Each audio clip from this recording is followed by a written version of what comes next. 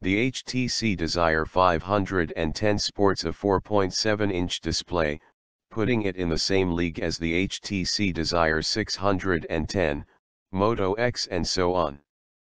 While 4.7 inches might be the magic number, the screen itself is only capable of a resolution of 854 x 480, a rather disappointingly low resolution, and the first clear evidence of the HTC Desire 510's budget roots. In contrast, the Moto X may have the same screen size, but it boasts a much higher resolution of 720 x 1280, also known as 720p, which makes its AMOLED screen look incredibly bright and vibrant.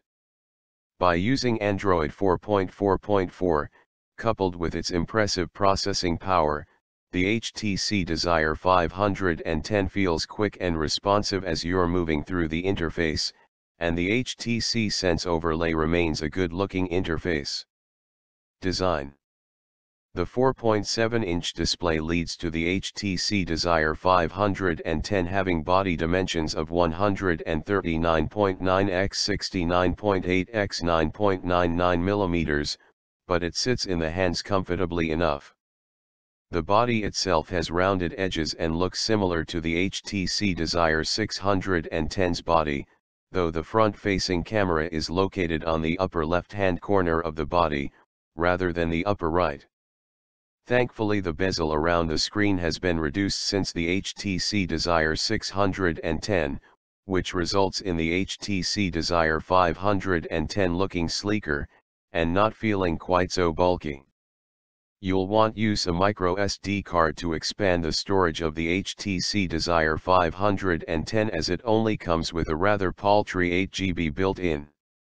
While this won't sound like much room, especially if you like taking photos, listening to music, watching videos, and installing apps on your smartphone, the reality is even worse. On turning on the HTC Desire 510 for the first time with just the operating system and pre-installed apps, there was only 4.25 GB left of the internal storage. At least you can expand the storage up to 128 GB, so you're not stuck with internal storage like some manufacturers' phones. The Qualcomm-registered trademark Snapdragon trademark quad-core processor of the HTC Desire 510 provides blazing speeds and high-performance capabilities. You'll enjoy rapid browsing with enhanced rendering speeds, smooth gaming graphics and video streaming, and the ability to seamlessly juggle multiple apps at the same time. Battery life. In standby mode, the HTC Desire 510 feels like it could last for eternity.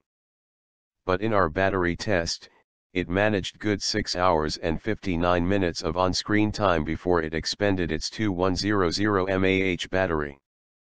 The phone is pretty slow to charge, as it gets to a full load in 3 hours and 27 minutes when using a charger with 5V, 1.5A, output.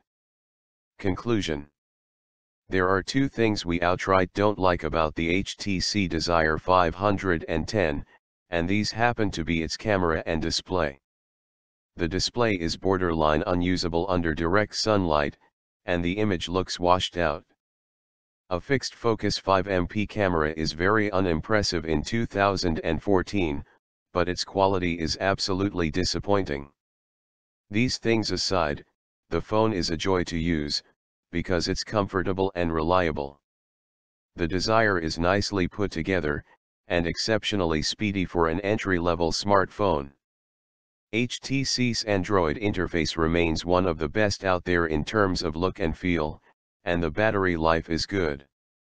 As a whole, the 510 is a decent entry-level smartphone to have, but we cannot recommend it.